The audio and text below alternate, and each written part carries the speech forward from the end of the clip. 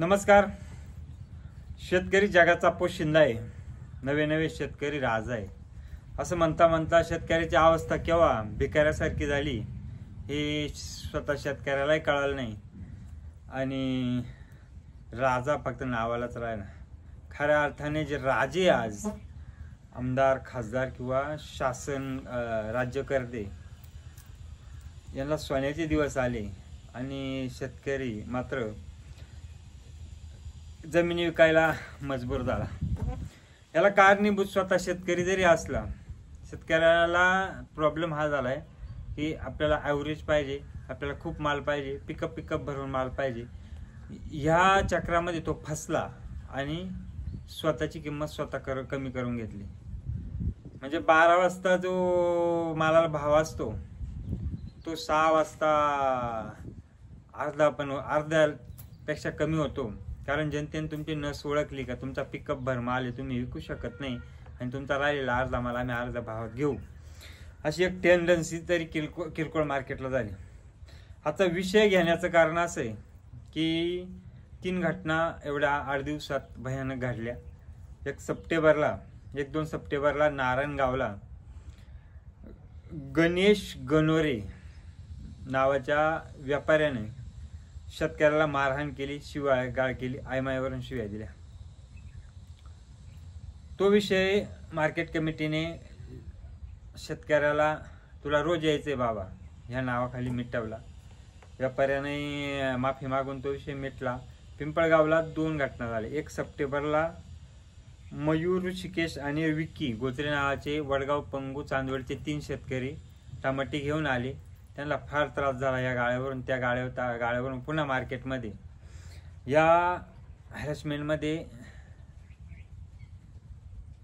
त्यांनी काहीतरी व्यापाऱ्याला बोलले आणि तिथेही मारहाण झाली. शेतकऱ्याला गाडीत घालून शेतकऱ्याचा अपहरण करण्यापर्यंतचा प्रयत्न झाला. त्यावेळेस काही शेतकऱ्यांनी गावच्या शेतकऱ्यांनी त्यांना साथ दिल्यामुळे ते प्रकरण मिटलं, पोलिसातही गेलं. त्या शेतकऱ्यावर म्हणजे दबाव टाकून गुन्हा दाखल करण्यापर्यंतचे प्रयत्न झाले. काल परत नाव कळालं नाही शेतकऱ्याचं. 9 सप्टेंबरला रेहमान आडत मध्ये एका शेतकऱ्याला पैशाच्या वादातून, म्हणजे शेतकऱ्याला लगेच पैसे पाहिजे होते आणि आडतदार त्याला नंतर देत होता, याच्यातून बाचाबाची झाली आणि पुन्हा शेतकऱ्याला इतकं मारलं की रक्तबंबाळ शेतकरी झाला. त्यामुळे मन व्यथित झालं. आपण एखादी घटना समजू शकतो, प्रत्येक मार्केट कमिटीत होत असते, पण आठवड्यात 3 घटना झाल्या शेतकऱ्यांना मारझोड होण्याच्या, शिवीगाळ होण्याच्या. हे प्रकरण फार गंभीर आहे. याला एकमेव कारणीभूत शेतकऱ्यांची एकी नाही. कारण शेतकरी म्हणजे एखाद्या आडतमध्ये शेतकरी उभा असला आणि त्याचा दुसऱ्या शेतकऱ्याबरोबर आडतवाल्याचा वाद झाला, दुसरे शेतकरी म्हणतात नाही आडतवाला आपला आहे, आपल्याला उद्या त्रास होईल, असे आपलेच शेतकरी आपले हितसंबंध जपत बसतात आणि हा वाद विकोपाला जातो. एखाद्या शेतकऱ्याला मारवून होते, बाकीचे शेतकरी गंमत पाहतात आणि आपल्याला काय त्याची करायचंय असा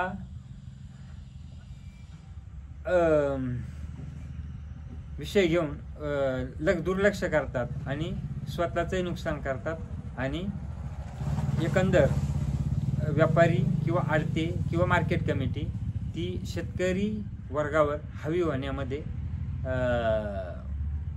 हवी होते. ही झाली शेतकऱ्याची चूक.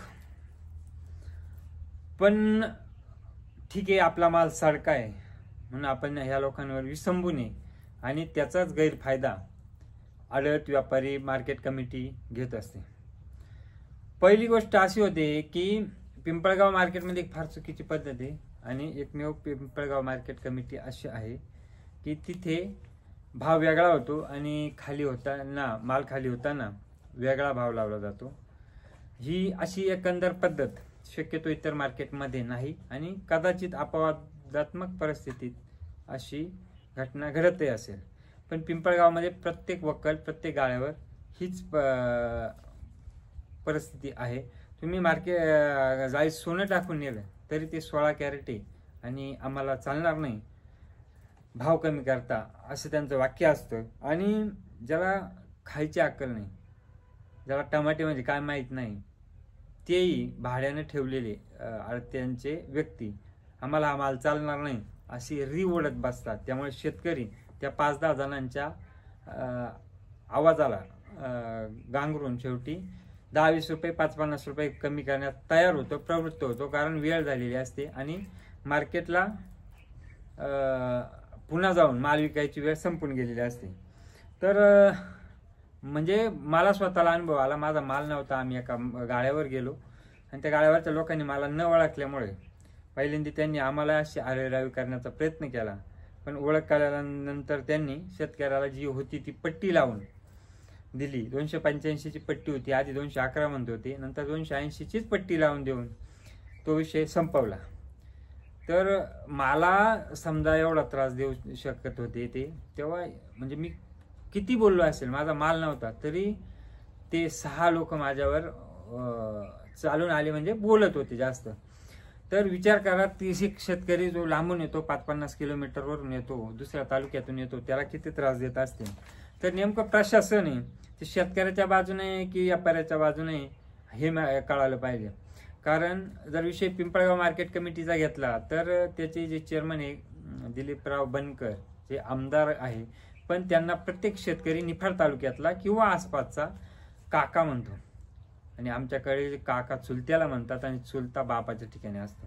जर बापाचा दर्जा दिलीपराव बनकरांना दिलेला असेल आणि त्यांचे मार्केट कमिटी सुंदर आहे, व्यवस्था सुंदर आहे, रस्ते गाळे गाळ नाही तिथे, म्हणजे एकदम चकाचक आहे. पण या अशा मारहाणीच्या प्रकरणामध्ये गंभीर दखल घेऊन त्यांनी हा विषय मिटवला पाहिजे, किंवा मिटवण्यापेक्षा त्या आडतवर किंवा त्या व्यापारावर अनुशासन लागलं पाहिजे. आणि जो काय माल आहे तो आणण्याची पद्धत, पाहण्याची पद्धत 4 जाळ्या ओतून पहा. अपवादात्मक परिस्थितीत 100 वाकलातून 2 वाकलाचे भाव कमी होतील, आपण मान्य करतो. पण प्रत्येकच वाकलामध्ये खोड काढणे, वांदे काढणे ही पिंपळगाव मार्केट कमिटीला भूषणावह नाही. ज्या प्रकारची तिथे सुखसोयी केलेल्या आहे, 1 नंबरचं मार्केट आहे, 1 नंबर माल येतो. म्हणजे माझ्या मते तरी टोमॅटो माल हा, टोमॅटो कांदे त्या भारतात एवढा तिथे येत नसेल. तर काकांच्या विश्वासावर येतात किंवा इतर संचालक मंडळाच्या विश्वासावर जर शेतकरी 100 किलोमीटरवरून मार्केट कमिटीत येत असेल आणि त्याला जर स्थानिक व्यापारी आडते जर त्रास देत असतील, व्यापाऱ्यांचे गुंड जर त्रास देत असतील, तर मार्केट कमिटीने यामध्ये फार गंभीर दखल घेतली पाहिजे आणि असे प्रकार होणार नाही याच्यासाठी मार्केट कमिटीचे सुरक्षा रक्षक 10-5 गाळे मिळून एक असला पाहिजे. आणि त्याला गरज पडली तर इतरांनी तिथं जमून हा विषय मार्गी लावणं फार गरजेचं आहे आणि त्याच्यावर लक्ष देणं गरजेचं आहे. एक शेतकरी मार खातो, बाकीचे गंमत बघतात आणि बाकीचे शांत बसतात. पण शेतकरी शांत बसतात याचा अर्थ असा होत नाही की शेतकरी संत आहे. शेतकरी जर एकत्र झाले तर पळताबोई थोडी होईल. कुठल्याच मार्केट कमिटीतल्या घटकाला काम करून देणार नाही व्यापारी, आडते, संचालक आणि कर्मचारी. जर हा राग, हा असंतोष वाढला तर, आता आम्ही नाशिक मार्केटमध्ये जेव्हा असतो, नाशिक मार्केटमध्ये प्रत्येक मार्केट कमिटीत अशा घटना घडतात. पण दुपारच्या लिलावामध्ये जर 300 रुपये समजा शिमला मिरची गेली आणि व्यापाऱ्याने 250 लावून दिली, तर अर्ध्या परत ती 300 रुपये लावून देतो. चोऱ्या प्रत्येक मार्केटमध्ये. पण पिंपळगाव मार्केटमध्ये टमाटोच्या बाबतीत फार मोठी ही गोष्ट आहे की भाव वेगळा होतो, खाली वेगळा होतो. भाव करणारा गाळ्यावर नसतो आणि गाळ्यावर जो असतो तो भाव करायला येत नाही. तर ही पद्धत जरा बदलली पाहिजे. आणि ठीक आहे, 10-20 रुपये कमी पर्यंत हा विषय आपण मान्य केला, पण मारहाण हा फार गंभीर विषय. आणि आठवड्यात 2 वेळा, म्हणजे 1 सप्टेंबरच्या जे शेतकरी गोजरे यांना तर त्याच्यातल्या एकाला तर गाडीत घालून अपहरण करण्यापर्यंत गोष्ट गेली होती. आणि कालच्या शेतकऱ्याला तर डायरेक्ट रक्त निघेपर्यंत मारलंय. शिवीगाळ होतच असेल एखाद्या गाळ्यावर, पण मारहाणीचे प्रकार जर असे वाढले तर शेतकऱ्याने कोणाच्या भरोश्यावर मार्केटला यायचं. आणि यामध्ये प्रशासनाने वेळीच दखल घेऊन त्या आडतवर, त्या व्यापाऱ्यांवर गुन्हे दाखल करून त्यांचे लायसन कॅन्सल करणे फार गरजेचं आहे. नाही तर शेतकरी एकत्र आला, असंतोष वाढला, तर 100% मार्केट बंद केल्याशिवाय राहणार नाही. आजकालच मला फोन होते की भाऊ तुम्ही या, पण मला काय वाटतं की बरेच जबाबदार व्यक्ती तिथं आहे, त्या या प्रकाराने योग्य हाताळतील अशी मला जाणीव आहे. त्यामुळे आजचा दिवस मी पूर्ण माहिती घेऊन, त्या शेतकऱ्याचं नाव घेऊन, त्या शेतकऱ्याबद्दलशी संपर्क साधून पुढील दिशा आपण ठरवणार आहोत आणि मार्केटला 100% येणार आहे. पण तुम्ही इतकं सुंदर मार्केट केलं, मला पटतंय. मी मागेही एक कांद्याच्या विषयावर बोललो, पण ठीक आहे तिथेही, पण मारहाण सण का करायची? अहो शेतकरी जगाचा पोशिंदा, राजा म्हणू नका तुम्ही, पण मारहाण तर कमीत कमी शेतकऱ्याला होणार नाही याची काळजी मार्केट कमिटीने घेतली पाहिजे. आणि शेतकरी इतका राबतो, दिवसभर खूप त्रासात असतो, खूप टेन्शनमध्ये असतो, तिथं त्याला कमीत कमी माल विकायला आल्यावर तरी अहो बसायला जागा नाही, किंवा शेतकऱ्याला इतके हाल शेतकऱ्याचे मार्केटमध्ये जाऊ वाटत नाही कुठल्याच. मी आता हा विषय एका मार्केट कमिटीचा नाही, नाशिकमध्ये जर गिलके कारले भोपळे विकायला गेला माणूस, त्याला घोड्यावानी सकाळी 11 वाजेपासून तर 5 वाजेपर्यंत उभंच राहणे. शेतकऱ्याला बसायची सोय जर मार्केट कुठलं करू शकत नाही तर ही फार भूषणावह गोष्ट नाही. तुम्हाला शेतकऱ्यांनी मतदान केलंय, प्रत्येक सोसायटीच्या आणि ग्रामपंचायतीच्या सदस्यांनी तुम्हाला मतदान केलेलं आहे. ते पैसे घेऊन जर केलेलं असेल, पैसे तुम्ही देऊन जर ते मतदान खरेदी केलेलं असेल तर तुमची चूक नाही. पण एक आशेपोटी शेतकरी जेव्हा संचालक मंडळाला निवडून देतो, मार्केट कमिटीत मतदान करतो, किंवा मार्केट कमिटीत जेव्हा संचालक मंडळ निवडून येतं, ते शेतकऱ्यांसाठी काहीतरी चांगलं करेल या अपेक्षेनं त्या संचालक मंडळाकडे पाहिलं जातं, त्या प्रतिनिधींकडे पाहिलं जातं. तर त्याप्रमाणे तुम्ही शेतकऱ्याला वागणूक दिली पाहिजे. आणि खास करून माझी विनंती दिलीप काका बनकर यांना आहे की तुम्हाला आम्ही काका म्हणतो, तर तुम्ही एक प्रत्येक शेतकऱ्याच्या पालक तत्व तिथं घेतलं पाहिजे, पालकाची जबाबदारी तुम्ही निभावली पाहिजे. आणि याच्यानंतर अशी कुठलीही घटना घडणार नाही याची तुम्ही काळजी घेतली पाहिजे. नाहीतर महाराष्ट्रातला शेतकरी पेटून उठणार आणि कदाचित संपाकडे जाऊ शकतो शेतकरी.